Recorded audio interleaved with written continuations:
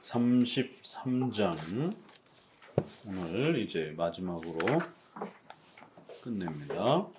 33장 2항입니다. 최후심판 2항 같이 읽어봅니다. 하나님께서 이 날을 정하신 목적은 선택한 자들의 영원한 구원에 있어서 그의 자비의 영광을 나타내시고 또한 악하고 불순종하는 버림받은 자들의 영원한 파멸에 있어서는 하나님의 공의와 영광을 나타내시기 위함이다. 그때의 의인들은 영생에 들어가서 주님 보좌 앞에서 나오는 기쁨과 위로를 충만히 받을 것이지만 그러나 하나님을 모르고 예수 그리스도의 복음을 순종하지 않은 자들은 영원한 고통에 던져져서 주님의 보좌와 그 영광스러운 은혜로부터 쫓겨나 영원한 파멸로 형벌을 받게 될 것이다.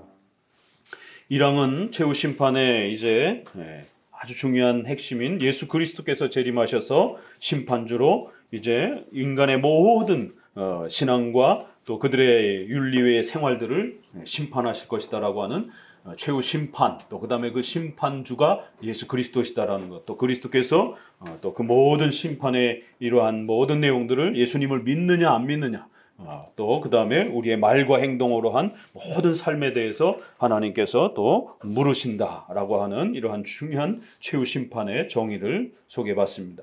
이제 이 항에는 그 심판에서 이루어지는 대상에 대해서 좀 더 구체적으로 설명을 합니다. 그래야 선택과 육이라고 하는 버림받는 육이라고 하는 두 대상이 최후 심판에는 존재한다라고 하면서 분명히 1항에서는 예수 그리스도를 믿느냐 안 믿느냐 이것이 중요한 심판의 기준이 된다라고 말했고, 또 그리고 어떻게 살았는가에 대한 이러한 삶의 책임에 대해서 묻게 된다라고 말합니다. 그리고 이제 2항에 와서 그럼에도 불구하고 이 모든 최후 심판의 궁극적인 그러한 원인, 또 목적, 또 결과, 뜻 이런 모든 것은 하나님이 정하신 그 목적을 따라서 하나님의 영광을 위하여 택한 자들과 버림받은 자들, 이 예정론이라고 하는 이 내용을 따라서 이 모든 최후 심판의 내용이 결국 열매 맺게 될 것이다라고 이렇게 결론을 내립니다. 이제 우리가 최후 심판의 이러한 부분들을 인본주의적으로 다루게 되면 내가 믿었느냐 안 믿었느냐, 이제 내가 착하게 살았느냐 못 살았느냐, 이제 이런 쪽에만 이렇게 인간의 이런 부분의 행위에 대해서 집중을 하게 될 수도 있습니다. 그래서 앞부분에서는 분명히 그런 신앙적 책임을 이야기하면서도 이 항에 가서는 그럼에도 불구하고 그 모든 역사는 선택과 육이라고 하는, 우리가 태어나기도 전에 하나님께서, 우리가 삶을 살아가기도 전에 하나님께서 하나님의 택한 백성들을 구원으로, 또 불택자들을 영원한 지옥의 형벌로 이렇게 선택과 육이라고 하는 예정의 이 신비로운 하나님의 계획 속에서 이 최후 심판이 특별히 일어난다라고 이렇게 또 소개를 합니다. 그러니까 우리는 종말론을 지금 배우는데 3장의 신론의 예정론이 다시 또 언급이 되는 거예요. 그리고는 또 3장보다도 훨씬 더 센 형태로 이 예정론이 소개가 됩니다. 그러니까 3장에서는 예정론을 다루어도 또 그 표현을 아주 신중하게 조절해 가면서 이렇게 불신자들의, 예수님을 믿지 않는 불신앙의 책임을 강조하면서 분명히 육이라고 하는 이러한 하나님의 예정이 있을지라도 또 가까이는 그 개인의 불신앙 때문에 그가 지옥에 벌받아 마땅하다라고 이렇게 소개를 합니다. 그러면서도 그 육이라는 단어를 우리 한글로는 그냥 육이, 버림받았다, 내버리셨다 이렇게 정도 표현하지만 영어나 라틴어로 이렇게 좀 더 거슬러 들어 올라가게 되면 그 강도의 세기가 조금씩 차이가 납니다. 그런데 웨스트민스터 신앙고백은 그 수많은 예정과 작정과 관련된 단어 중에 가장 센 reprobation이라고 하는, 아예 버렸다라고 하는 이 강한 이 버림에 대한 이 표현이 영어에서도 reprobation은 가장 센 그런 표현입니다. 그럴 때 그 단어를 여기다가 채택하면서 마지막 최후 심판 때는 이제 이러한 최종적 하나님의 의지와 하나님의 뜻과 하나님의 계획과 하나님이 원인이 되셔서 택자와 불택자를 구별하셔서 하나님의 거대한 창조 목적을 끝내실 것이다라는 거예요. 분명 가까운 원인은 우리가 믿어야 되고 우리가 또 불신종한 것에 대해서 벌을 받는 것이에요. 그래서 이 항에서도 역시 그럼에도 불구하고 악하고 불순종하는 이 부분을 같이 다뤄줍니다. 또 복음을 불순종하지 않는, 복음에 순종하지 않은 악인들은 이렇게 해서 분명히 믿지 않은 것에 대한 그 개인의 책임을 또 역시 놓치지 않습니다. 그래서 분명히 불신앙의 지옥에 떨어지는 것은 그 개인의 불신앙에 대한 책임이다라고 하는 것을 또 이렇게 언급을 합니다. 그럼에도 불구하고 이 모든 택함과 버림이라고 하는 이 최후 심판 때 어떤 사람은 천국으로 어떤 사람은 지옥으로 떨어지는 이러한 최종적 원인과 목적과 그 이유는 하나님께 달렸다, 이렇게 표현하는 것이죠. 그래서 우리가 하나님의 절대 주권을, 또 우리 인간의 구원과 관련해서, 운명과 관련해서는 하나님의 예정이라고 하는 이러한 강력한 하나님의 주권성을 고백하지 않으면 우리 장로교 신앙을 할 수가 없어요. 그러니까 이제 역사 이래로 어거스틴과 칼빈과 웨스트민스터로 이어지는 하나님의 절대 주권을 강력하게 고백하는 이러한 기독교 교파와 신인 협력, 인간이 도와줘야 인간의 구원에도 인간의 역사에도 하나님이 일하시는 것처럼 신인 협력적인 공로주의적인 이러한 형태로 대부분이 그렇게 가르칩니다. 그리고 또 아주 극단적인 반기독교적인 하나님 앞에 기도할 필요 없다, 하나님의 도움을 필요로 할 필요 없다, 그냥 우리가 알아서 힘을 내서, 우리 인간은 부패하지 않았기 때문에 우리 인간이 스스로 알아서 신을 찾으면 된다, 이런 원죄를 부정하는 이런 아주 극단적인 자유주의의 이러한 형태, 이렇게 세 개로 나눠집니다. 그럴 때 우리 기독교, 가장 건강한 기독교란 이렇게 장로교와 개혁파가 신구약 전체를 보니까 구약에도, 그러니까 이런 교리가 정립되지 않으면요, 구약의 그 소돔과 고모라 사건이 이게 무슨 사건일까? 이게 뭘 가르치는 걸까? 왜 갑자기 하나님이 느닷없이 소돔과 고모라를 불덩어리를 만들었는가? 거기에 롯을 구출하는 그런 장면, 그리고는 그 딸이 자손이 없을까봐 결국 그 계대 결혼을 악용해가지고 형수가 이게 동생이 형수를 취해서 자손을 낳아줘야 된다라고 하는 이스라엘의 이 자손법에 대한 이런 부분을 악용해가지고 결국 아버지를 이용해서 자식을 낳는, 아버지에게 술을 먹이고 결국 두 딸이 결국 동침을 해서 형이 없으면, 동생이 없으면, 아들이 없으면 동생이라도 해야 되는데 지금은 동생도 없잖아요. 남자 집안에 어떤 자기 집안에 이렇게 그 동생도 없으니까 그러면 남자면 됐지 않겠는가, 이렇게 해서 자기 아버지에게 술을 먹이고 결국 동침을 해서 모압과 암몬이라고 하는, 이렇게 결국 고대 세계에 계속 이스라엘 백성들에게 괴롭혔던 그러한 주변 국가가 형성이 됩니다. 그러면서 형제 집안이긴데 이스라엘을 계속해요. 핏줄로는 형제 집안이잖아요. 롯과 아브라함이 같은 핏줄이니까. 그래서 비슷하게 이 형제 집안인데, 친척 집안인데 계속 이스라엘 백성들을 괴롭히는. 그 다윗이 이제 나중에 사울에게 공격을 받고 모함을 받을 때 어디로 피난을 갑니까? 모압 지방으로 피난을 가는 거예요. 왜냐하면 전통적으로 모압 지방은 어찌됐든 한 핏줄 안에서 이렇게 가까이 지내왔던 또 이런 또 친분이 있기 때문에, 자, 이런 소돔과 고모라 사건, 또 그 다음에 노아의 홍수 사건, 이런 게 도대체 뭘 말하는 걸까? 그러다가 갑자기 야곱과 에서가 그렇게 어머니의 한 백 속에서 쌍둥이로 태어나는 거예요.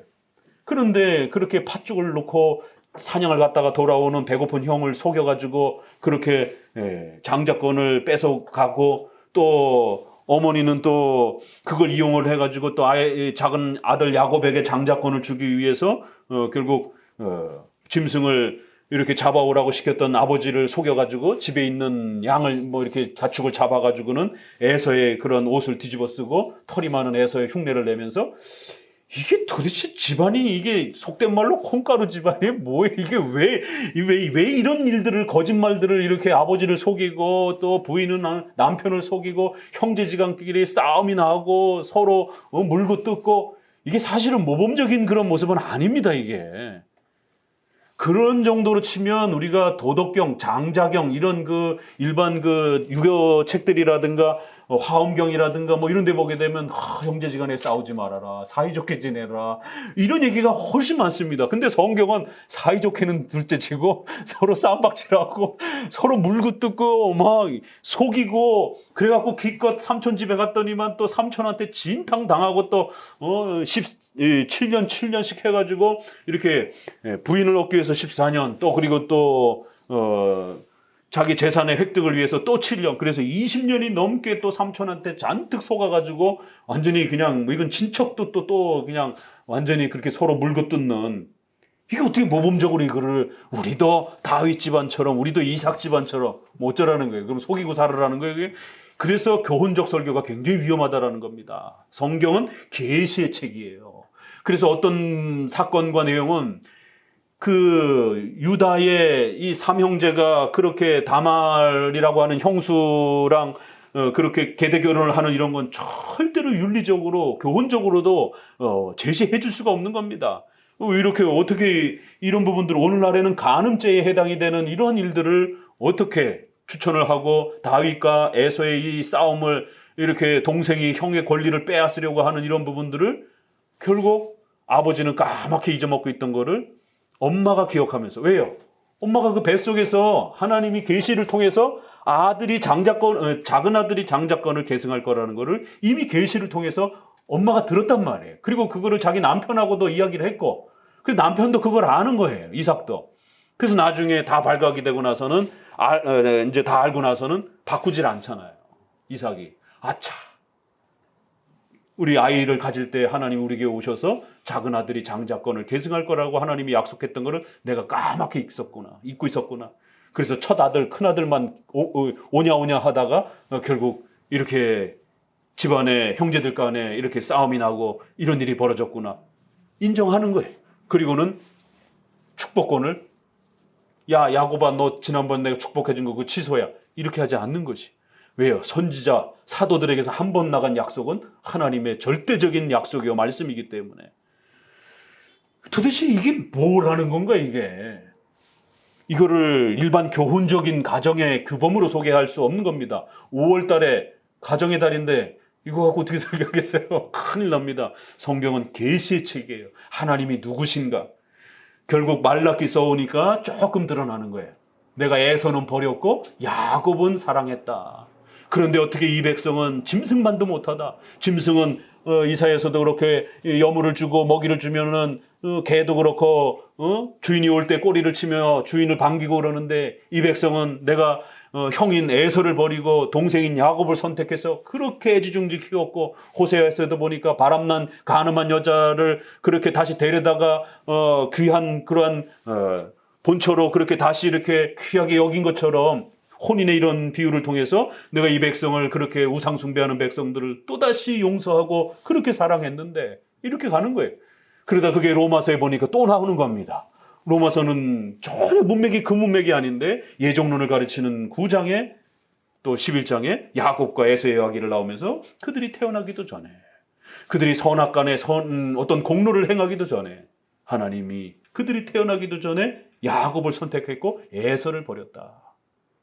그러니까 신구약의 모든 이야기가 이처럼 오늘 종말의 이 부분에서도 있는 것과 같이 하나님의 이 위대한 예정의 하나님의 위대함을 가르치는 그의 계시의 책이라는 거예요. 이 부분을 정립하고 구약 사건을 다시 보세요. 그러면 왜 그 쌍둥이를 베게 했는지, 또 쌍둥이 중에 왜 보통은 통상적으로 큰아들이 모든 권리를 이어받는데 왜 하필이면 이 형제 집안에 와서는, 요때에 와서는 에서를 버리고 하나님이 야곱을 택하는가? 그래서 형제지간에 엄청난 싸움이 벌어지게 만드는가? 가까이는 형제지간의 다툼이에요. 그러나 이 모든 역사는 하나님께서 야곱을 선택하시고 야곱을 이스라엘 민족으로 12지파로 만들기 위한 거대한 하나님의 신적 계획이었다라고 그렇게 설명하는 겁니다.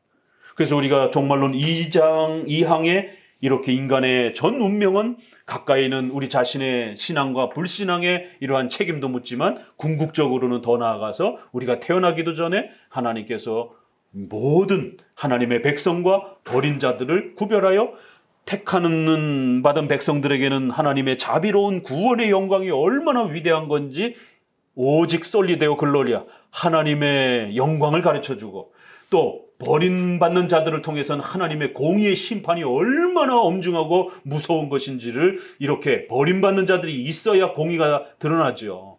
심판할 대상이 없는데 어떻게 공의가 나타나겠어요? 공의가 뭔지 어떻게 알겠어요? 그래서 우리가 삶을 살다 보면 억울한 일도 당하고 힘든 일도 당하고 예기치 못하게 또 공격도 당하는 거예요.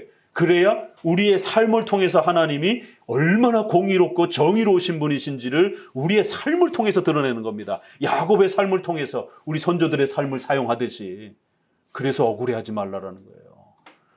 우리 자신의 삶을 통하여 하나님의 공의가, 하나님의 위대한 정의로움이 이 땅에 드러날 수 있다라면, 내가 거기에 도구로 사용되어질 수 있다라면 그건 가장 복되고 귀한 일입니다.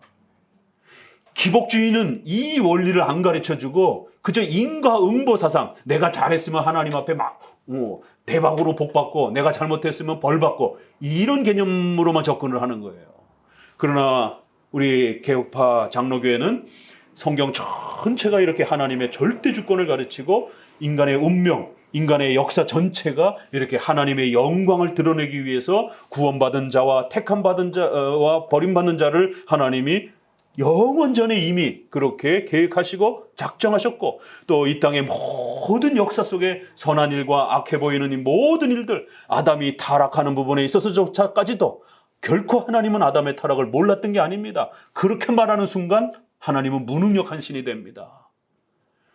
그래서 비록 우리가 어떻게 아담의 타락에 악한 신처럼 영향을 받지 않으시면서 신비롭고 자비롭게 의롭게 그 아담의 타락을 허용하시는지는 우리 이건 인간에게 이해되어지도록 하나님이 드러내 주시지 않았습니다. 이건 여전히 신비 가운데 그냥 있는 거예요.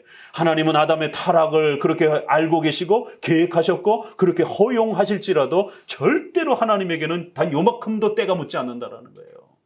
하나님은 전능하시고 위대한 분이기 때문에 선한 일이든 우리 눈에 악해 보이는 일들이든 그 모든 것들을 지배하신다라는 겁니다. 그래서 사탄의 타락을 하나님이 몰랐다? 악한 천사들이 멀쩡히 선한 천사들을 만들어 놨는데 그 중에 일부가 타락한 거예요. 그게 대장이 사탄입니다. 그런데 하나님이 몰랐다? 이러면 큰일 납니다. 그런데 개혁주의만이, 칼빈주의만이 그걸 하나님이 다 작정하고 알고 계셨다 이렇게 설교하고, 일반 복음주의들은 전부 다 그거 하나님이 몰랐다 이렇게 설교합니다. 그래서 뒷수습하셨다 이렇게 말하는 거예요. 그래서 인간이 착한 일을 하면 복을 내리고 악한 일을 하면 하나님이 벌을 내리신다. 이건 일부분은 맞는 거예요. 이거는 분명히 신앙의 책임이 있으니까. 그러나 그것만으로 모든 역사가 이루어지는 건 아니에요. 우리가 알 수 없는 신비로운 하나님의 계획 속에서 선과 악 전체를 지배하시는 하나님의 역사 속에서 그렇게 하나님이 주권적으로 영원전에, 우리가 태어나기도 전에, 우주 만물이 존재하기도 전에 하나님의 신적 작정과 계획과 결정 속에서 이 모든 부분들을 이미 다 하나님이 확정, 결정, 예정, 작정하신 것이에요. 그리고는 이 땅에 하나님이 인간을 도구로 사용하면서 그 역사를 펼쳐내는 겁니다. 그래서 사탄의 타락도 아신 것이, 사탄의 타락도 하나님의 신적인 계획 속에서 있었던 것입니다. 그래야 전능하신 하나님이 되는 거예요. 성도들이 교회를 통하여 자꾸만 하나님을 무능력 하나님으로 배우는 겁니다. 그리고 하나님을 내가 도와줘야 일하시는 그러한 신인 협력적인 그런 신으로 자꾸 배우는 거예요. 아니요. 그거는 성경이 말하는 신이 아닙니다. 성경이 말하는 하나님은 창세기를 열자마자 태초에 하나님이 온 우주 만물을 만드셨다. 그리고는 아담을 만드셨다. 그리고 아담의 타락의 이 모든 부분들을 하나님이 알고 계시고 신적인 계획 속에서 그렇게 하나님이 뜻하셨다라고 말하는 거예요. 하나님을 절대 전능하신 하나님으로, 그래서 우리가 사도신조에 뭐라고 말합니까? 전지전능하신 하나님. 그 수많은 하나님의 속성 중에 하나님은 전지전능하신 하나님. 이거는 전능성만 이야기하는 게 아니라 하나님의 자존성을 말하는 거예요. 하나님은 스스로 존재하시면서 하나님은 절대 주권적인 능력을 갖고 무소부재, 전지전능 이런 표현을 쓰잖아요. 우리가 그러한 자존성을 가지신 하나님의 주권성을 가지신 위대한 분이라는 거예요. 주기도문에 하늘에 계신 우리 아버지, 하나님이 하늘에 있다 이런 뜻이 아닙니다. 고대의 하늘은 무섭고 두려운, 또 하늘이 평온해야 우리가 먹고 살고, 이러한 하늘에서 자연재해가 떨어지게 되면 사람이 죽고, 그래서 항상 하늘은 공포와 두려움의 이런 경외로 문학적으로 이렇게 표현하는 겁니다. 그래서 두렵고 떨리는 하나님, 이런 표현인 겁니다. 10계명 1계명에서도 나 외엔 다 가짜다. 얼마나 무시무시한 선언입니까? 이 세상에 신이라고 존재하는 그 모든 것들은 가짜다라는 거예요. 오직 성경에서 말하는 하나님만이 스스로 존재하시는 하나님이라는 거예요. 그래서 모세가 하나님께 나아가 하나님 누구십니까? 하나님 어떤 분이라고 가르쳐줘야 됩니까? 백성들에게. 그러니까 예흐예 이러면서 그게 비동사예요. 오늘 우리 영어로 말하면 비동사, 있다 없다 이런 단어.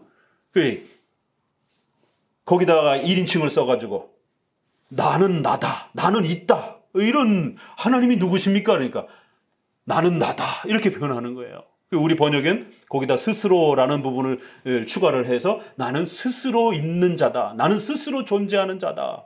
좋은 번역에 나는 자존자다 이런 뜻입니다. 나만이 홀로 영원토록 존재한 신이다 이런 뜻이에요.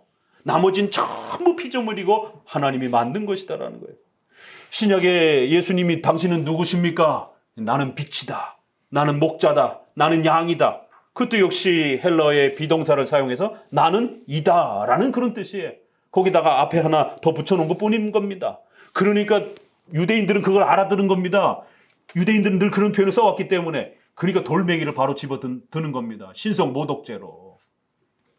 그래 예수님이 왜 나를 돌로 치려고 하느냐? 아버지께서 일하시니 나도 일한다. 이렇게 아버지와 예수님을 동등하다라고 이렇게 표현하니까 그때 막 돌을 던지려고 덤벼드는 겁니다. 이렇게 성경은 전지전능하신 하나님, 우리의 생각과 우리의 삶과 우리의 모든 일들을, 또 우리의 구원의 이러한 운명의 모든 부분들을 하나님이 원하시는 대로 구별할 줄 알고 또 선택하시고 버리고 모든 역사를 지배하시는 전지전능하신 하나님이라는 거예요. 이거를 개혁교회만이 가르치고 장로교회만이 이 예정론과 신적 작정론을 강조하고 그렇게 설교합니다. 일반 교회에서는 일단 예정론 자체를 설교하지 않습니다. 유기 이런 거 설교하게 되면 되게 불편하다라고, 왜 나한테 기회를 안 주고 우리를 버렸다라고, 인간을 버렸다라고 이렇게 설교하는 게 너무 거칠다라는 거예요. 그래서 교회사 속에 보게 되면 도르트 신조도 예정론 싸움인 겁니다. 결국 오순절파의 이런 신비주의적인 이런 체험도 결국에는 이런 다 예정론과 연결이 되는 거예요. 장로교만이 예정론을 강하게 강조하면서 그 예정론의 혜택이 유아 세례까지 넘어가는 겁니다. 그래서 장로교만이 유아 세례를 그렇게 붙잡으려고 애를 쓰는 거예요. 침례교 당장 유아 세례 안 주잖아요. 지가 믿어가지고 구원받아야지 왜 부모의 신앙에 부모의 그 구원의 혜택을 받느냐라는 거예요. 이건 예정론적 관점입니다. 부모가 하나님 앞에 예정받아 구원의 신앙 고백으로 이렇게 교회 안으로 초대받았으면 그 부모뿐만 아니라 그들의 사랑을 통해서 태어나는 자녀들까지 하나님이 그렇게 구원받은 것으로 하나님이 취급해주고 인정해 주시겠다라는 거예요. 예정을 이렇게 자녀들, 이제 태어나는 그 자녀들까지 하나님이 포함해 주시겠다라는 거예요. 그 핏덩어리들이 아직 태어나지도 않았는데, 아직 선을 행하지도 않았는데, 아직 예수님을 영접하지도 않았는데, 이렇게 하나님의 구원의 예정의 위대한 역사가 얼마나 대단한 것인지를 우리는 그 유아 세례를 통해서 감격해하는 겁니다. 그래서 유아 세례 받을 때 우리 부모들은 정말 그 핏덩이를 안고 자신의 예정과 구원의 이 위대함들을 두렵고 떨면서 그렇게 감격스럽게 부모의 신앙 고백을 하시면서 유아 세례의 책임자로 그렇게 서셔야 되는 것이에요. 앞으로 우리 청년들은. 그래서 종말의 마지막 이 항목은 이렇게 하나님의 구원의 자비가 얼마나 위대한 것인지를 전폭적으로 그저 선택해 주시는 거예요. 또 하나님의 정의와 공의가 얼마나 무섭고 두려운 것인지를, 영원히 지옥에 벌하시는 이러한 하나님의 정의가 무엇인지를 가르치기 위하여 하나님은 버리는 자들을 두시는 겁니다. 또 그러면서도 신비하게 그들 자신의 불신앙 때문에도 지옥 갈 만한 거예요. 그런데도 궁극적인 신비로운 감춰진 그런 원인은 하나님의 뜻 속에서 악한 자들이 있어야 하나님이 벌을 내리면서 심판자로서의 하나님의 정의가 얼마나 대단한 것인지를 보여주는 겁니다. 악한 자가 없으면 하나님의 공의가 뭔지를 모르게 되고 우리는 배우지 못하게 되는 겁니다. 그래서 이렇게 마지막 종말론 심판 부분에서는 그들의 예수님을 믿느냐 안 믿느냐도 확인하면서 결국 더 거슬러 올라가서 그 모든 최종적 원인은 하나님의 그 정하신 목적을 따라 이루어지고, 그리고 택한 자들과 버림받은 자들, 영원히 지옥에 버림받는, 이젠 더 이상 기회가 없기 때문에 3장에서는 그 예정받은 자들이 이제 전도로 초대도 받고 또 교회로 나오기도 하고 이래야 되기 때문에 조금 이 6이라는 표현을 약하게 하는 거예요. 그런데 최후 심판 때는 이제 더 이상 기회도 없는 겁니다. 그래서 여기서 최후 심판에 이제 갈림을 받게 되면 영원히 지옥에 떨어져서 결국 그렇게 사는 것이. 그리하여 이 인본주의 신앙을 표현하는 자들이 제일 싫어하는 단어가 영원한 파멸. 아니, 어떻게 이렇게 하나님이 잔혹할 수 있느냐. 기회를 좀 줘야지. 이래서 카톨릭의 연옥교리가 나오는 겁니다. 그래서 성도들이 죽은 다음에도 무슨 또 기회가 있는 것처럼 윤회론, 전생론하고 이렇게 기독교 전도론이 막 뒤섞여가지고 마치 죽은 다음에도 또 다시 전도의 기회가 있는 것처럼, 아니요, 살아생전이 마지막이고 그 후에는 영원한 파멸이라는 것이.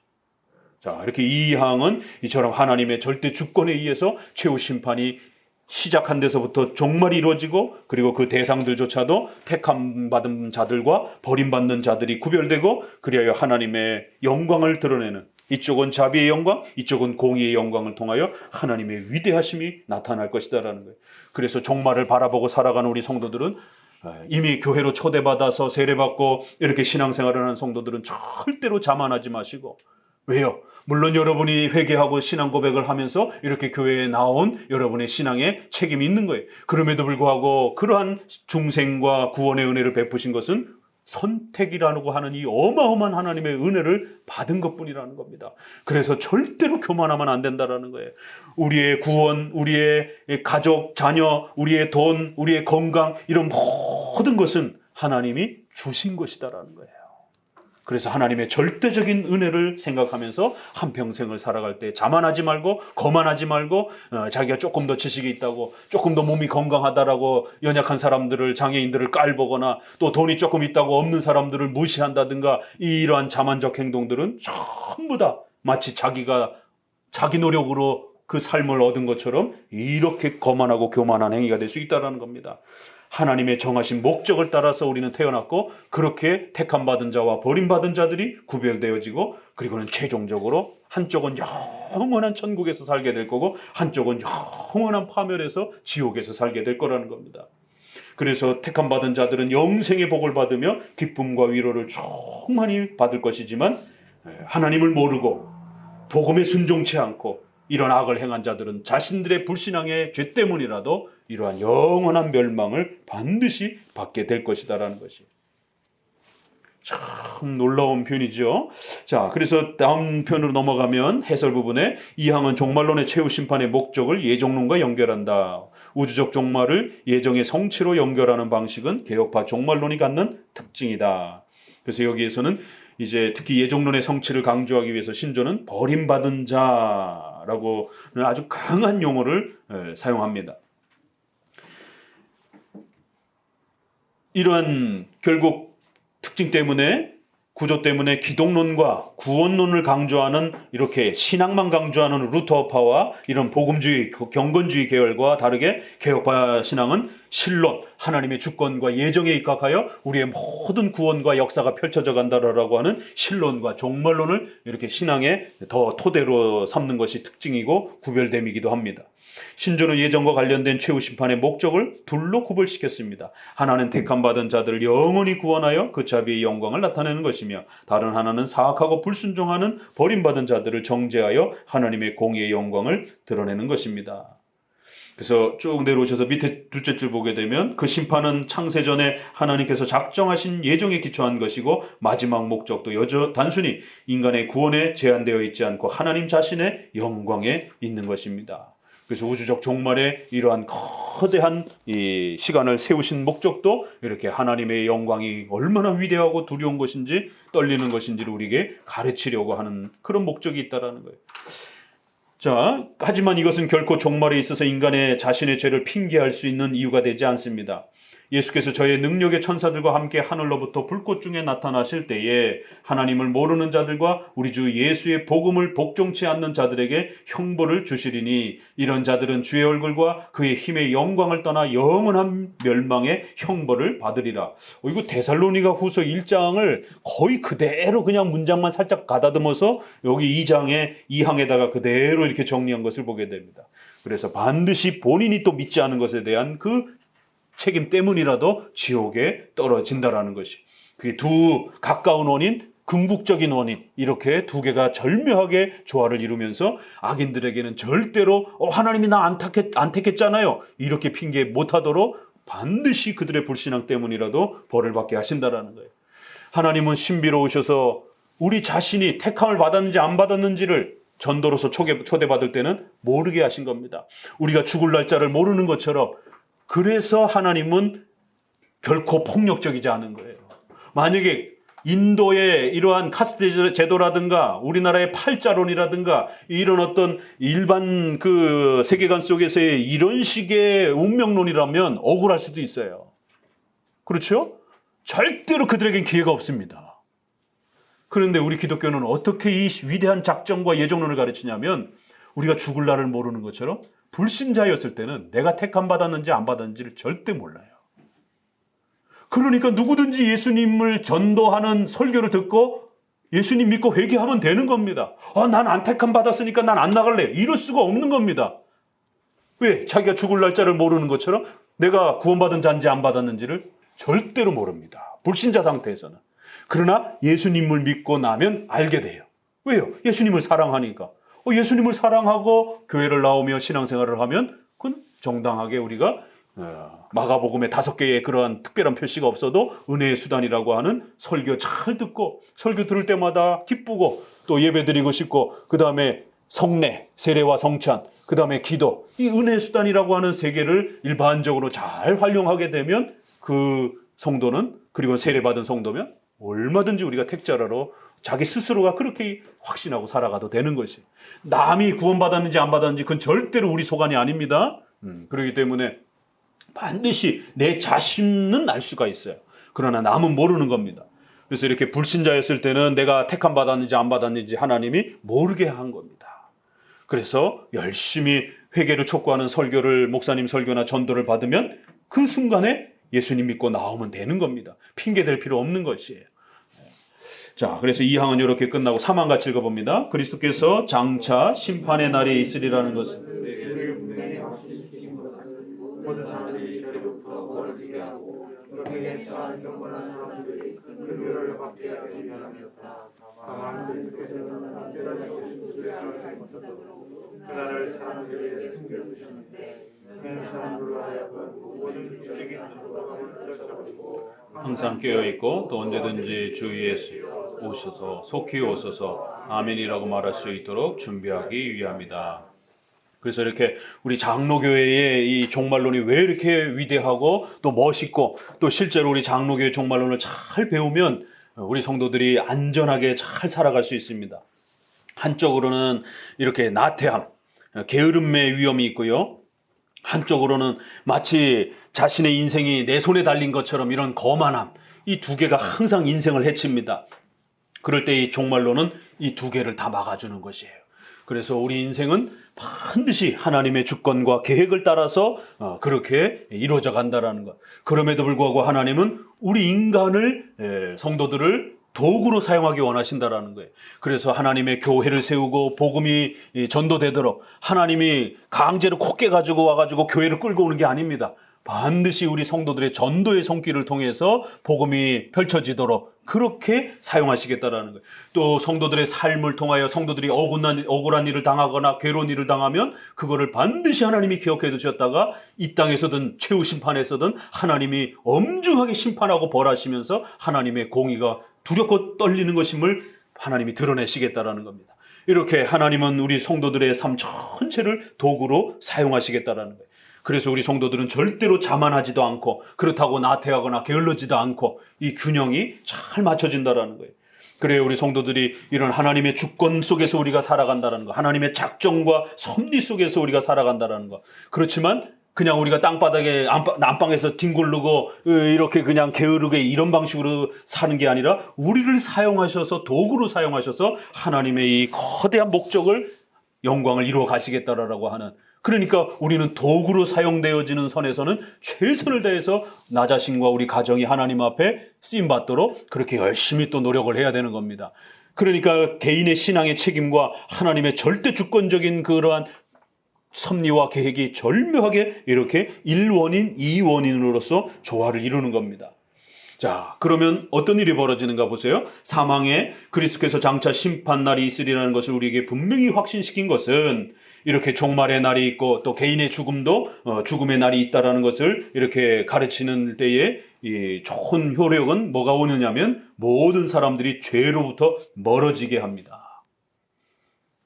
성도들이 하나님 앞에서 엄중한 또 이러한 최후 심판의 형벌과 책임을, 우린 지옥의 심판은 아닐지라도 우리의 삶에 대해서 엄중하게 책임을 물어야 되는 이런 부분들을 또 깨닫게 되고, 또 우리를 도구로 사용하셔서 하나님의 교회를 세워가고 복음을 전하는 이러한 하나님의 거대한 목적을 알게 되면 함부로 성도들이 죄를 범할 수가 없습니다. 그리스도의 몸된 신부로까지 우리를 그 신분을 높여주셨어요. 그래서 하나님의 본질에는 우리가 손상을 끼치지 않는다 할지라도 하나님의 이러한 교회를 사용하시는 하나님의 섭리적인 영광에는 손상을 끼칠 수 있는 겁니다. 그래야 에스겔에도 있는 것처럼 내 이름이 너희 때문에 더럽혀졌다라고 이렇게 책망을 하는 거예요. 하나님의 본질적인 그 이름과 영광에는 절대로 우리가 잘못했다고 해서 거기에 손상을 입힌다든가 그걸 더한다든가 이럴 수 없는 것입니다.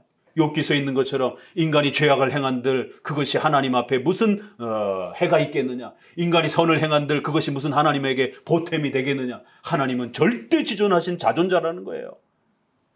그런데도 하나님은 우리를 그리스도의 신부로 초대하고 하나님의 백성으로, 가족으로 초대했기 때문에 그 가족이 더러워지거나 욕을 먹게 되면 하나님이 그 인격적 관계 속에서 친밀한 관계가 형성됐기 때문에 이러한 섭리적인 이러한 영광의 손상은 가해진다라는 겁니다.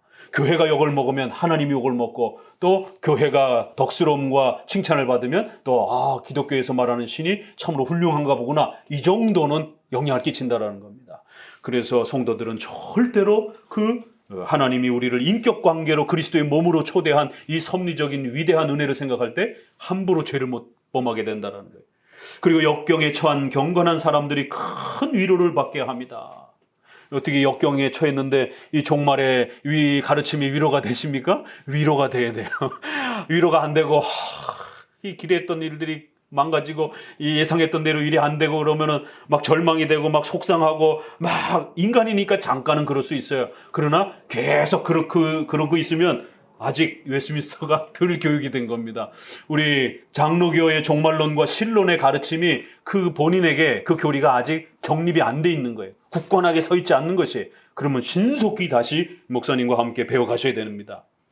그 교리가 부족하게 되면 절망과 낙심과 속상함과 괴로움과 스트레스와 나중에는 이 일을 갈면서 복수하고 싶은 분노함들이 막 사무치는 거예요. 크리스찬이라고 분노 안 할 것 같아요? 억울한 일 당하고 괴로운 일 당하고 그러면, 손해 당하고 그러면 손양원 목사님처럼 그렇게 자기 자식을 죽인 아들을 갖다가 양자로 삼고 그분이 목사님이 되고, 이런 역사는 아무나 할 수 있는 게 아닙니다. 그거는 돈의 손해를 보고 어떤 삶을 살아가면서 주차하다가 손해를 보고, 제가 먼저 구시가지 있을 때, 목사님도 마찬가지예요. 이건 부끄러운 일이지만 성도들도 반성 좀 하라라고. 목사님이나 성도나 똑같은 거예요. 계속 성장해 가야 돼. 주차를 하는데 이 성남엔 주차 공간이 좁잖아요. 그러다 보니까 이렇게 제가 안쪽에다 이렇게 세워놨는데 어느 분이 오더니 여기 내 자리라고. 뭐 보통 있는 일들이잖아요.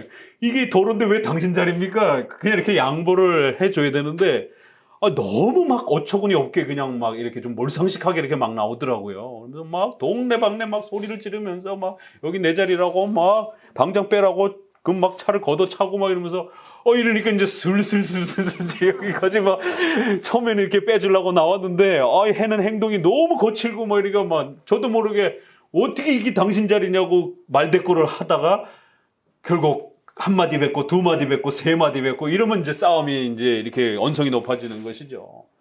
예, 목사님도 열심히 수양을 하는 겁니다. 하나님의 말씀을 부여잡고 죄 짓지 않게 해달라고, 또 하나님 앞에 사탄의 유혹을 받지 않게 해달라고. 주기도문의 그 기도는 목사님에게도 해당이 되는 거예요. 악에게 시험 들지 않고, 우리가 열심히 시험에 들지 않고 하나님 앞에서 죄 지은 자들을 용서하면서 살아갈 수 있도록. 그 아주 일상적인 것임에도 불구하고 분노가 치밀고, 그러다 보면은 결국 주차 때문에 결국 시비가 붙어서 밀고 막 이러다 보면 사람을 죽이기도 하고. 지금이야 뭐 옛날 이야기지만 전화 오래 한다라고, 옛날 우리는 공중전화 있을 때 이런 호랑이 담배 피던 시절에 우리 젊은이들은 뭐 낯설겠지만 전화 오래 한다고 공중전화에서 뒷사람이 서서 기다리다가 때려서 죽여가지고 공중전화 살인 사건 뭐 이런 게 심심치 않게 뉴스에 많이 나왔었어요. 지금이야 뭐 핸드폰도 다 있으니까 이제 그런 이야기가 뭐 옛날 이야기지만, 이 사람이 분노하면 못 참는단 말이에요. 그 분노를 폭발하면서 요즘에 보면 택시 뭐 이런 것들 아주 늘상 나오잖아요. 그 아무것도 아닌데 욱하다가 또 차량 운전하면서 좀 이렇게 앞지르고 막 이런 사소한 부분에서 결국엔 보복 운전을 하게 되고, 그래갖고는 주일날 교회 오는 길에 새치기를 해가지고 막 욕을 하고 막 삿대질을 하고 막 이렇게 했는데, 가다 보니까 같은 교회 주차장으로 들어가요. 이제 이런 일들이, 왜냐면 교회가 1000명, 2000명 되면 자기 교회 모릅니다. 성도들끼리도. 목사님도 자기 교회 모르는데요. 뭐 부목사들이 다 알아서 관리, 이게 뭐 돌보고 그러다 보니까 이게 기업화가 돼가지고. 그러니까 나중에 교회 문 들어가다가 여기 교회 다니세요? 이러한 난처한 일이 발생될 수도 있단 말이에요. 그렇기 때문에 절대로 크리스천들은 이러한 하나님의 주권과 섭리 속에서 갑자기 새치기 하면서 훅 들어가면은, 하나님의 뜻 속에서 이렇게 새치기 하도록 허락하셨나 보다, 이렇게 생각하셔야지, 그거를 그 개인만 생각하고 저희 막 욕을 하면서 이렇게 되면 당사자만 보는 거예요. 우리 눈에 보이는 시간과 공간만 보는 겁니다. 세상 사람들은 그거밖에 못 봐요. 그러나 우리 크리스천들은 어디까지 봐야 돼요? 그 뒤에서 지배하시는 하나님의 거대한 주권과 섭리 속에서 이 퍼즐 하나하나, 장기판에 이러한 모든 것 하나하나처럼 우리를 하나님께서 원하시는 대로 그 사람을 태어나게 하시고 역사를 만들어가고, 인류 역사의 흥망성쇠를 다니엘서라든가 이런 모든 역사서에 느부갓네살 왕을 바벨론에게 권세를 주시기도 하고, 하나님 앞에 범죄하니까 싹 뺏어서 그렇게 권력을 빼앗기도 하고 이러는 겁니다. 그러면 우리 눈앞에 보이는 것만 보지 마시고, 그 모든 사람 또 나에게 부닥치는 그런 억울한 일, 또 슬픈 일, 괴로운 일, 이런 수많은 일들, 하나님의 주권 속에서 일어나는 거예요.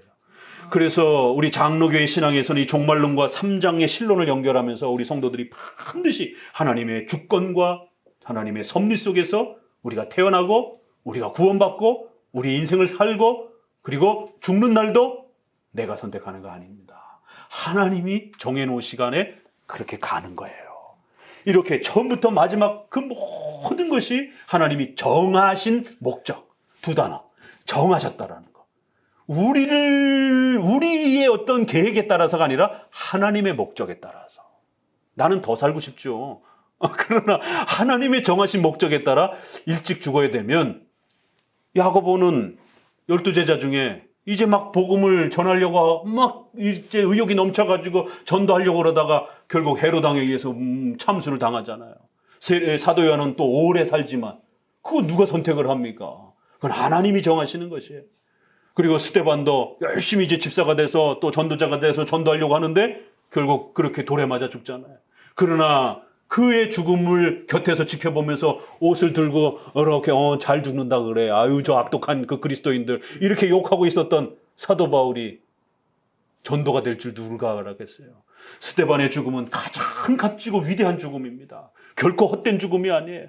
수많은 사람들이 왜 이렇게 일찍 죽을까? 아유 저 아까운 사람, 그 성령이 충만하고 지혜가 충만했던 그 7사람 중에 그렇게 한 사람이었는데 다들 안타까워하고 좀 더 살았어야 되는데, 그건 우리 생각이죠. 그러나 하나님은 그 스데반의 그 미라를, 순교의 피를 사용하셔서 신약 성경에 이 어마어마한 많은 영향을 끼치고 많은 부분을 남긴 그 걸출한 사도 바울이 그 피를 통해서 전도될 줄이야 누가 알았겠어요. 이렇게 때로는 크리스찬들의 희생과 순교의 피를 하나님은 사용하셔서 그 동기부여를 통하여 자기의 죄를 더 심각하게 바울이 얼마나 미안하겠습니까? 우리가 그런 건 추론적 해석이에요. 바울이 9장 여기에 가면 그런 자기 그 회심에 대한 고백을 하잖아요. 그래서 바울의 간증은 단순한 개인의 간증이 아니라 이런 회심과 중생의 하나님의 신비로운 원리를 바울이 자기의 회심을 통해서 그렇게 교리적으로 정립해 놓은 겁니다. 그리하여 3번씩이나 사도행전에 반복이 되는 거예요.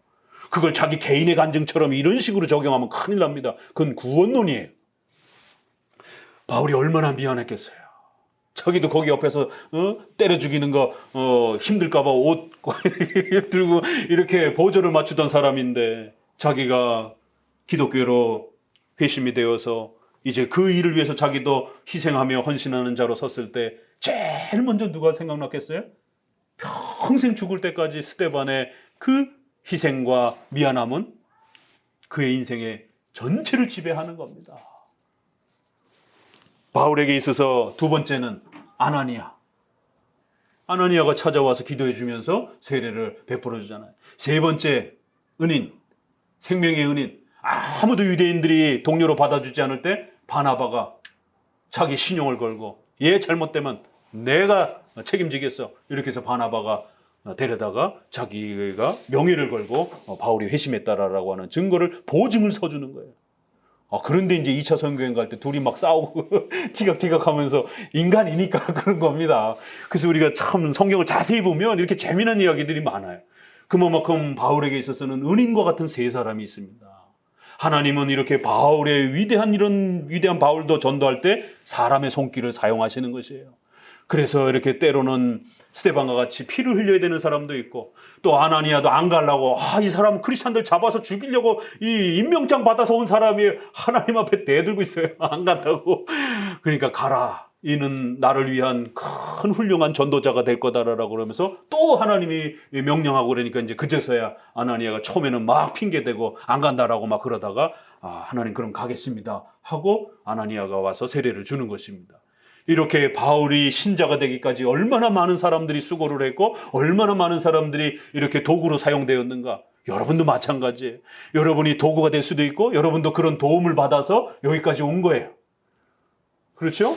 여기 다 오신 분들이 대부분 다 이렇게 유튜브를 통해서 이런 설교를 듣고 그러면은 은혜만 받지 마시고 이제 여러분들도 은혜를 좀 베푸세요. 좀 공유도 하시고 좋아요도 좀 누르고 다 그렇게 보고 오셨는데 자기는 은혜 잔뜩 누리고 나서 이제는 이런 부분들을 베풀지 않으면 안 되는 겁니다. 그렇게 작은 부분도 이렇게 연결이 되는 겁니다. 이게 섭리신앙이라는 게. 그래서 그런 거에 아주 예민하고 눈을 뜨는 법들을 배우는 겁니다. 그러면 큰 일도 하나님의 섭리 안에서 헤아리는 섭리적 눈이 갖춰지게 돼요. 자기에게 뭔가 이렇게 그 기회가 스쳐 지나가는데 이게 기회인지 안 기회인지도 몰라요. 섭리의 눈이 안 떠져 있으면. 왜냐하면 섭리란 갑자기 우르릉 캉캉 하면서 내려오는 게 아니라 내 주변의 사람들, 도움들, 또 주변의 사람의 어떤 권면, 또 목사님의 이러한 설교와 또 권면 이런 모든 부분들이 바울을 회심시키기 위하여 그렇게 모든 하나하나가 도구로 사용되어진 것처럼 여러분 한 사람이 건강하게 서기 위해서 이렇게 목회자도 도와주는 거고 교회도 옆에 있는 거고 또 자잘구레한 사건들 하나하나가 여러분의 삶에 또 작은 디딤돌이 되어서 그 물을 거친 개울을 건널 수 있도록 그렇게 여러분의 인생 속에 하나님은 여러분이 알던 모르던 그런 사건과 시간과 인물들을 배치해 주는 겁니다. 근데 섭리에 까막눈이 돼가지고 주차 저간다고 막 멱살 잡고 싸우고 있고 또 자기 친척 가운데 자기를 괴롭힌다고 해서 막 그 사람만 붙잡고 싸우고 그러면 사도 바울이 가시와 같은 아픔이 있어서 그걸 3번씩이나 기도했는데도 하나님이 거두어내질 않잖아요. 그래서 나중에 깨닫습니다. 아니 죽은 사람까지 살리던 바울인데 그게 보통 안질이라고 많이 해석을 해요. 눈의 아픔이라고. 왜 하나님이 바울의 전도 사역하는데 저도 눈이 이제 나이가 되니까 침침해갖고 잘 안 보여갖고 참 이 성경 보기가 힘든데 바울과 같이 이렇게 훌륭한 분이 이 눈이 이게 나쁘면 전도 사역하는데 얼마나 불편하겠습니까? 근데도 하나님이 안 고쳐주시는 거예요. 그래서 바울이 나중에 이 가시가 무엇인지를 내가 깨달았도다. 이 섭리적 고백이에요. 처음에는 인간이니까 고쳐달라고 몇 번 기도했지만 하나님이 다른 사람도 다 고치고 죽은 사람들도 고치는 이런 얼마한 능력을 가지고 있는 본인인데도 불구하고 나는 나를 안 고쳐주시는 하나님의 뜻을 이제야 알겠다. 그 가시가 나에게 있음으로 인해서 내가 이 엄청난 위대한 사도로서의 능력을 갖고 있는데 자칫 잘못하면 교만해지고 거만해질까 봐 하나님을 나를 철저하게 이렇게 억누르려고. 그래서 사도들은 더 많은 가시들이 존재하는 겁니다. 그래야 요한복음은 오늘 조금 소개를 못 드렸지만 요한복음은 참 희한하게 끝나요. 베드로가 야단 맞다 끝납니다. 그래서 그 사랑하라, 교회를 잘 돌보라 이렇게 했는데 또 그 베드로의 성질이 또 나오잖아요. 그러면은 이제 베드로가 그렇게 헌신하며 하나님의 교회를 돌보다가 이렇게 하나님이 작정한 죽음대로 순교하게 될 것이다라고 이렇게 예언적으로 말씀해 주시니까 그러면 저 사도 요한은 어떻게 되는데요? 이러면서 또 그 궁금증이 호기심이 많은 이 베드로의 그 또 열정을 또 거기 마지막에서도 그렇게 드러내면서 쟤는 어떻게 되는데요? 그랬더니 내가 다시 올 때까지 저를 남겨둘지라도 너가 뭔 상관이야. 이 요한복음은 참 굉장히 재밌는 상황으로 끝이 나요. 그러니까 베드로가 그거를 알아듣고 그래요? 그러면 얘는 종말 때까지 죽지 않고 천사를 산다는 건가? 야, 천사를 사네? 부럽다. 이런 느낌이에요. 그래서 저가 죽지 않을 것이다 라고 이렇게 이야기했다. 베드로 이렇게 얘기해요. 그러니까 다시 예수님이 아니 내가 다시 올 때까지 그를 남겨둘지라도 그를 살려둘지라도 그건 너하고 상관없는 일이라는 거예요. 너는 네 할 일이나 하라 이렇게 자제하라는 거예요. 지나친 호기심을 갖지 말고 사도들은 더욱 큰 권능과 능력을 갖고 있기 때문에 하나님의 교회를 돌보는 데 있어서 이런 은사 체험이라든가 사도들의 이런 은사를 함부로 막 남용하거나 이렇게 쓰지 말고 하나님이 정하신 그 목적 아래에서 자제하면서 각자 자신의 책임만 잘 감당해야지 괜히 쓸데없이 그러한 권세와 능력을 아무데나 막 쏟아나 붓고 막 이러지 말라라는 거예요.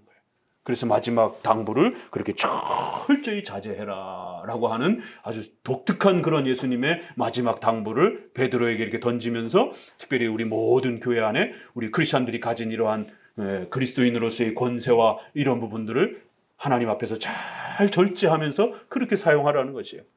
왜냐하면 그리스도인들의 기도는 어마어마한 능력과 힘이 있기 때문에 의인들의 기도는 역사하는 힘이 크다라고 그러잖아요.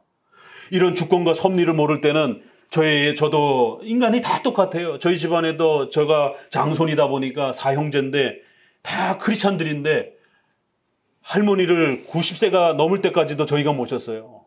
그런데도 형제들이 용돈 한번 보내주지도 않고 크리스찬들인데 참 드라마에서나 나오는 그런 것처럼 병원에 가도 뭐 이렇게도 용돈 한번 안 보내고 참 그 이기적인 어떤 그러한 그 모습들. 그러다 보니까 더더욱더 이렇게 고통을 주는 그러한 또 이런 친척이 계셨을 때 이제 이런 참 미움들, 분노, 그리고 또 어떤 사건에서는 이렇게 아주 미운 사람은 저 사람은 제발 천국에 오지 말아주세요. 이런 기도를 20대 때 어린 나이 학생 때 너무 그 가족의 이런 부분들이 불편한 게 싫으니까 서로 싸우고 막 이런 부분들이 그런 기도도 어리석을 땐 나와요. 저 사람 제발 천국에 오지 말게 해주세요.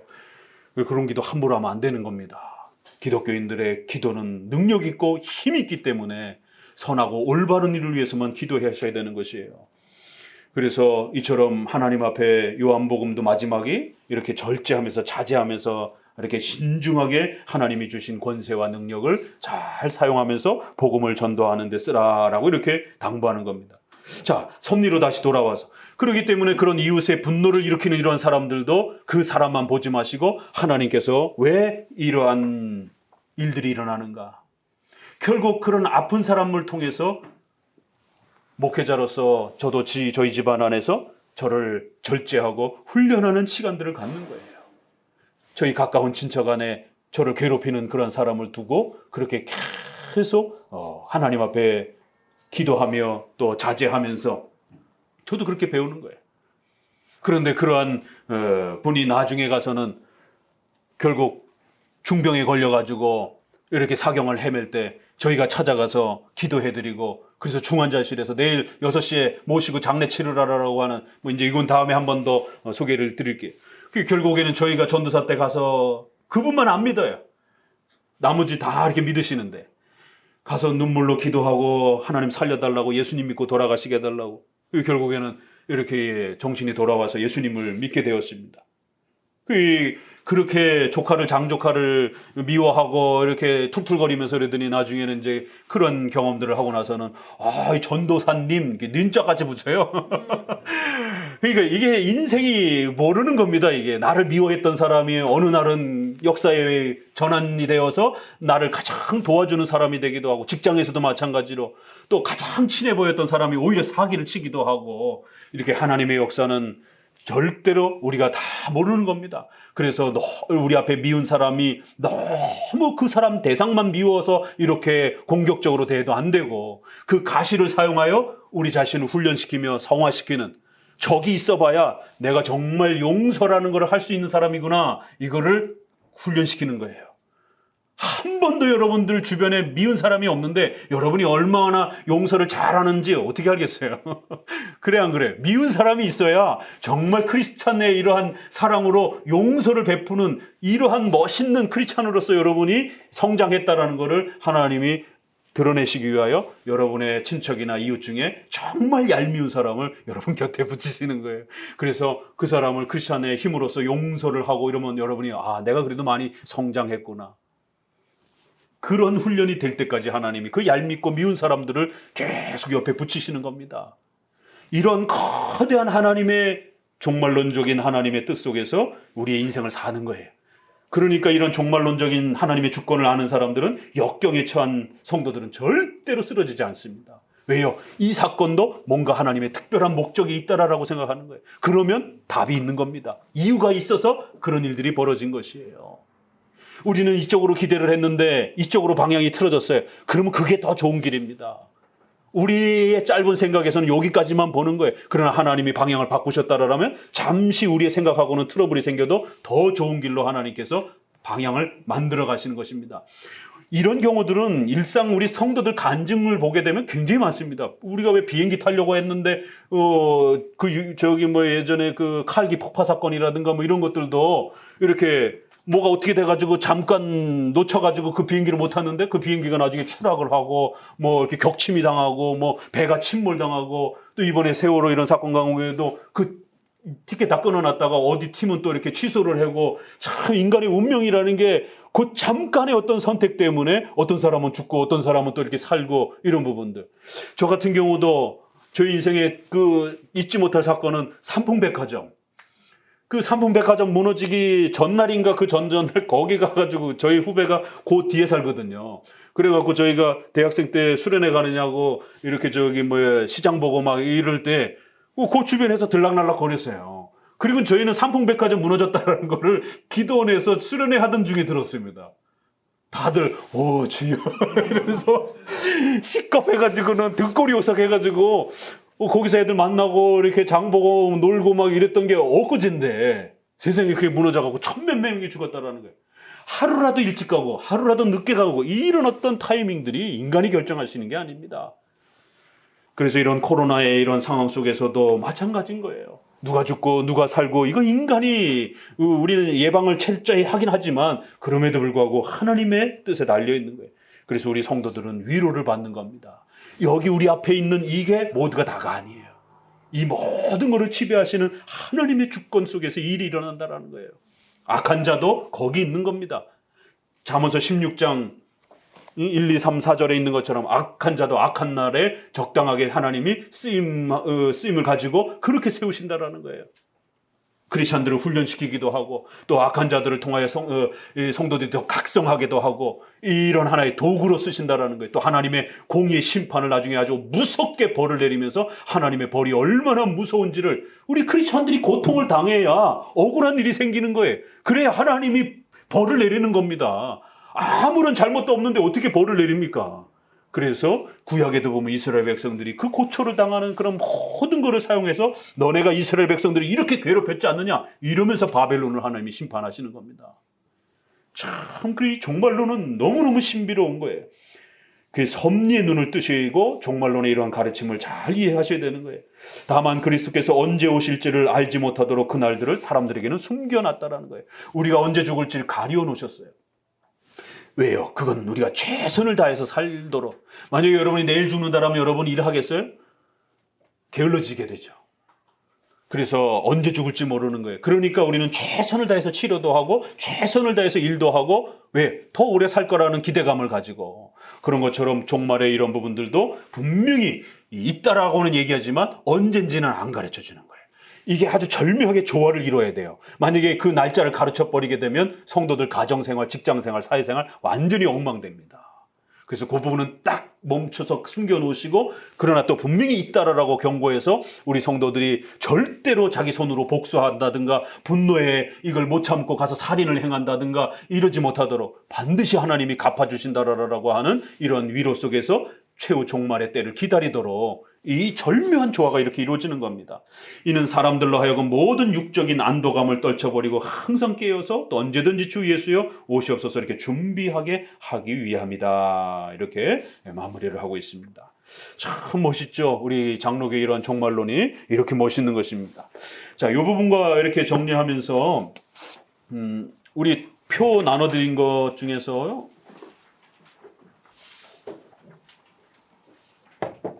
이거는 다 할 수 없고 첫째 날 1항에서 소개되었던 그 세대주의 종말론 부분만 좀 조심해서 보시라라고 이렇게 도표 정리된 게 있어서 나눠드리니까 참고하시고 우리가 종말론 부분에서는 사도신조에 자 보세요. 2개 개인의 종말과 관련해서는 몸이 다시 사는 것과 영원히 사는 것을 믿습니다 라고 고백하는 이 2개 또 우주적 최후 심판과 관련해서는 저리로서 산 자와 죽은 자를 심판하러 예수 그리스도께서 오신다. 그래서 예수님의 육체 재림, 그 다음에 최후 심판.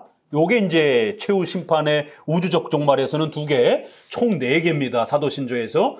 요게 가장 중요한 교리예요. 그래서 인간의 몸의 부활, 또 천국과 지옥, 그리고 예수님의 육체 부활, 또 그 다음에 영원한 지옥과 지옥의 심판과 형벌 이런 부분을 믿지 않으면 이단이 됩니다.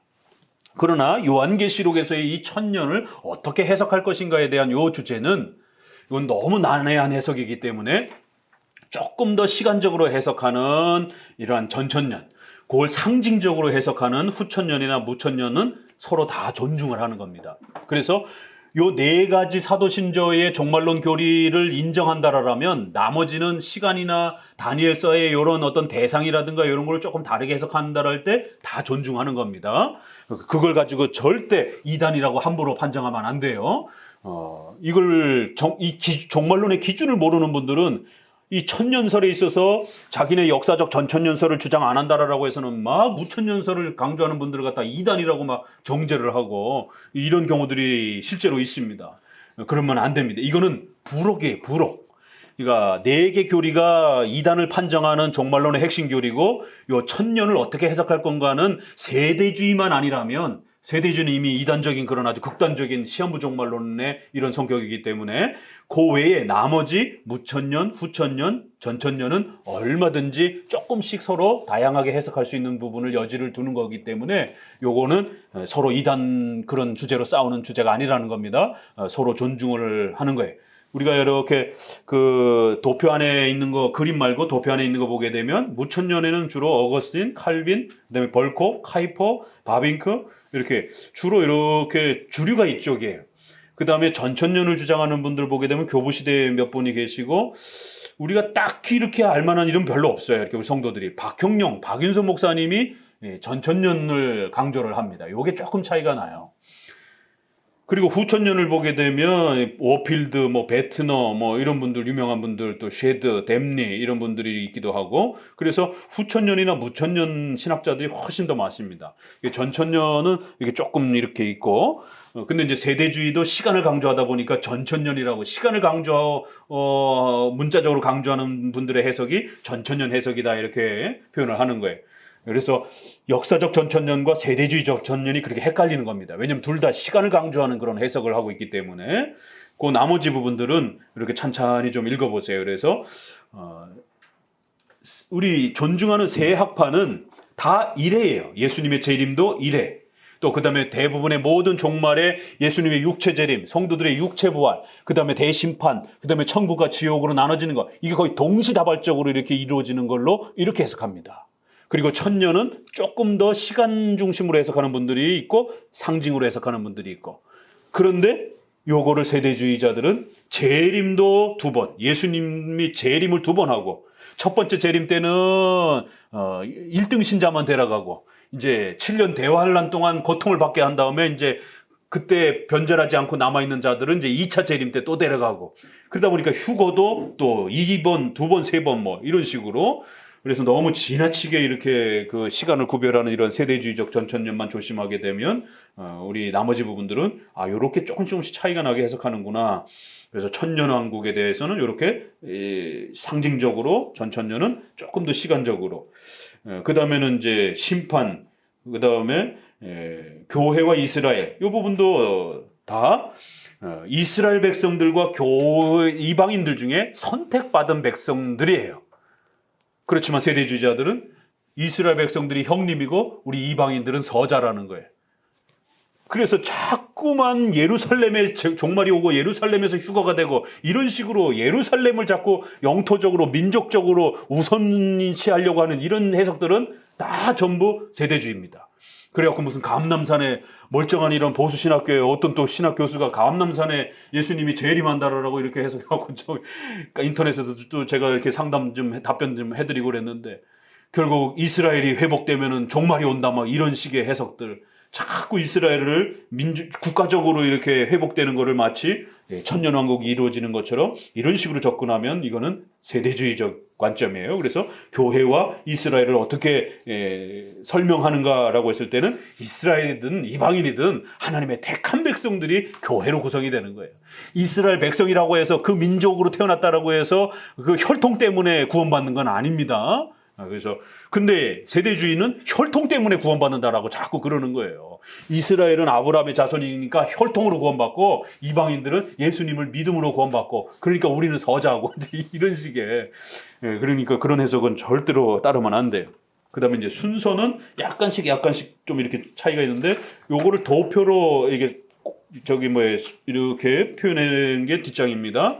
그래서 쭉 화살표 방향으로 보게 되면 나머지 3개는 약간 비슷해요. 근데 이제 세대주의는 구약과 신약 지나고 난 다음에 결국 7년 대환란이 결국 거치고 천년왕국이 되어지고, 그 다음에 사탄이 석방되고 곡과 마곡 전쟁이 일어나고, 이 곡과 마곡 전쟁을 마치 중국이나 러시아로 이렇게 또 너무 지나치게 해석하면 이런 부분들을 너무 이렇게 시간과 대상을 아주 문자적으로 극단적으로 접근해 간다라는 거예요.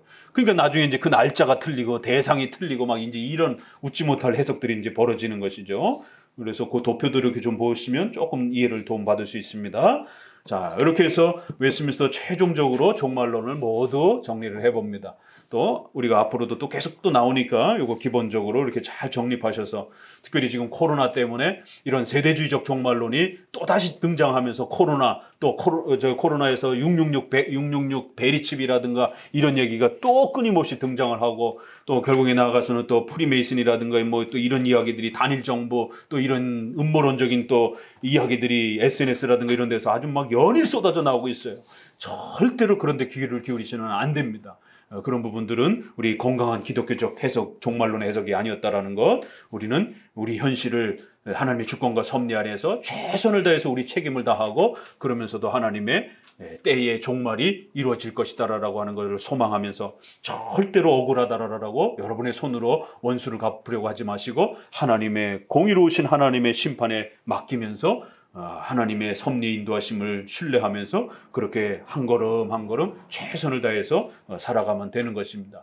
특별히 이번에 큰 재판을 이렇게 진행하는 이제 우리 성도 가족과 관련해서도 제가 이렇게 좀 우리 단체 카톡방에 같이 권면했던 내용들을 쭉 계속 소개하는 것은, 남의 사건이지만 하나님의 섭리 속에서 이 가정이 갑자기 한마음교회로 이렇게 들어오신 것이에요. 그러면 하나님의 섭리인 겁니다. 이런 것도 다 개인의 섭리도 그렇고 교회의 섭리도 그렇고, 이 교회에 누가 들어올지는 저도 모르고 여러분도 모르는 거예요.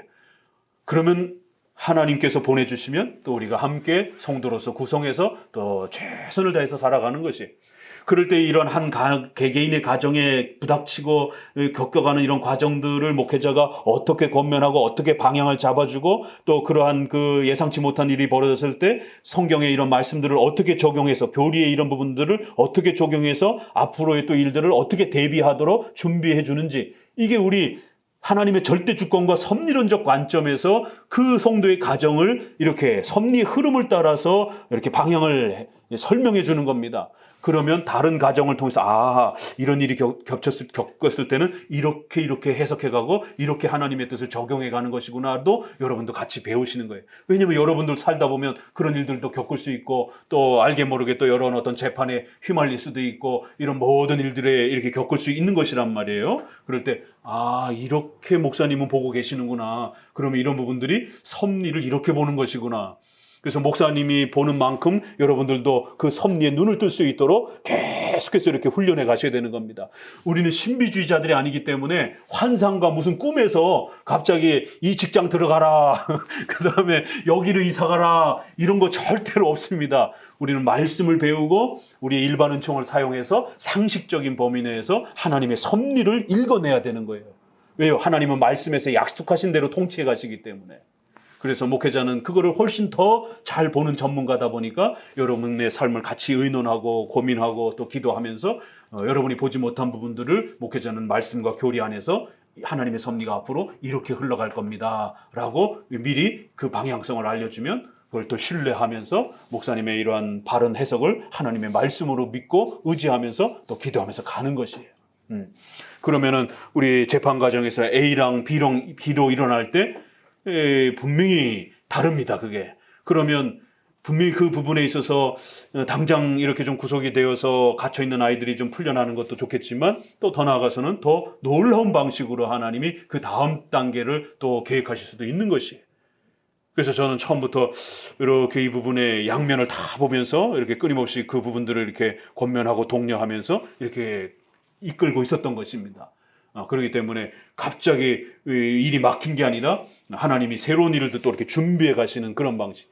그러면 나중에 지나고 나면은요, 그 가장 어렵다라고 생각했던 그 함정과 어떤 그 고통과 아픔들이 나중에 보면은요, 여러분의 의식주와 관련해서도 그것 때문에 여러분의 의식주와 재정과 또 어떤 이런 자녀 교육과 이런 부분들이 업그레이드가 되는 엄청난 발판이 되는 것을 나중에 깨닫습니다. 이런 일들이 아주 놀랍게 일어나요.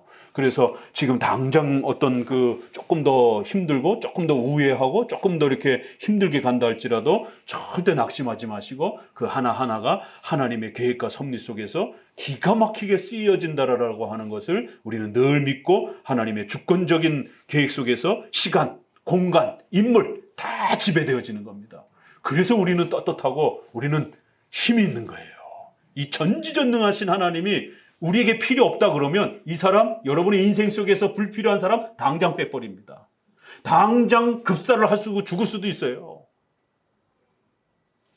그런 막강한 힘이 크리스천들에게 있는 겁니다. 제 마지막으로 하나만 이제 소개하고 마칠게요. 저 군대에 있을 때 저를 아주 괴롭혔던 그 상사가 있어요. 담배 펴보라라고 괴롭히는 그런 군대식의 그런 따도 괴롭힘들이 있어요. 술 안 먹고 담배 안 피니까 이런 부분을 일부러 이렇게 괴롭히면서 저를 때리는 게 아니라 동료를 때리는 거지. 너 안 먹고 담배 안 피면 얘네들을 이제 때리고. 그러니 옆에 친구들은 제발 피우는 신영이로 해라 뭐 이런. 결국에는 동기들에게 기합받고 나면은 용돈 털어가지고 과자 사주고 미안해. 그래도 나는 할 수가 없어. 이러면서 달게 가면서 그렇게 지냈는데 어느 날 그 상관이 결국에는 헌병대에 끌려가가지고 결국 감옥에 갇혔어요. 그러니까 하나님의 역사란 어떻게 일어나는지 모릅니다. 결국 그러다가 야 너는 정말 신의 아들이냐? 이러면서 처음에 친구들이 그래서 그렇게 놀라는 거죠. 왜냐면 제가 그렇게 거부하고 저를 괴롭히고 이랬던 사람이 지목돼가지고 그렇게 자기 바깥에 나가가지고 술 먹고 채가지고는 이제 막 사고를 치고 막 이래가지고 헌병대에 잡혀간 것이에요. 그래서 그 잠깐은 괴로웠지만 나중에는 이제 훨씬 편해지고 또 동기들도 야, 좀 너는 대단하다 막 이러면서 이렇게 야, 너가 하나님께 기도해서 그렇냐? 이러면서 이제 이런 게 또 전도가 되는 어떤 기회가 되기도 하고요. 또 어떤 때는 아주 혹독한 그 신고 시기라 해서 기업을 받는 시간에 이게 이런 이야기들을 하면 한두 끝도 없어요. 그래서 우리가 하나님의 도우심과 역사를 부정할 수가 없다라는 거예요. 한 번은 전체 기업을 받는데 그때는 아주 호되게 기업을 받는 거예요. 근데 갑자기 전혀 모르는 그 위에 저기 윗사람이 찾아와가지고는 너가 신원균이냐 이러는 거예요. 그래서 네. 그래서 어떻게 하십니까? 했더니 내가 이렇게 어떻게 건너서 친구를 통해서 들었다는 거예요. 그래서 야 오늘 아주 센 기합 받는 날이야. 이러면서 내가 빼줄 테니까 저기 어디 가서 일 좀 하라라고 그러면서 이렇게 저를 다른데 이 업무를 시키는 바람에 저는 그 시간을 피해 갔어요. 근데 나중에 이제 이분하고 대화를 하는데 저를 안다는 그 친구를 이렇게 이야기하면서 내가 너 걔한테 들었어 이러면서 그 친구가 나 아는 친구인데 근데 같이 그 친구를 이야기하는데 모르는 친구예요. 그분이 생각하는 신원균과 제가 아는 그 친구하고 다른 사람이에요. 그 사람이 착각을 했어요. 그래서 그 동명이인인지도 모르는 거고 저는 그 사건이 어떻게 일어났는지도 모르겠는데 그분이 착각을 한 거예요. 그래서 저를 그 친구의 친구인 줄 알고 빼주려고 그렇게 업무를 일부러 새벽에 찾아와가지고 그래서 중간쯤 얘기하다가 제가 눈치가 채가지고 네 그리고 더 이상 대답을 안 했어요.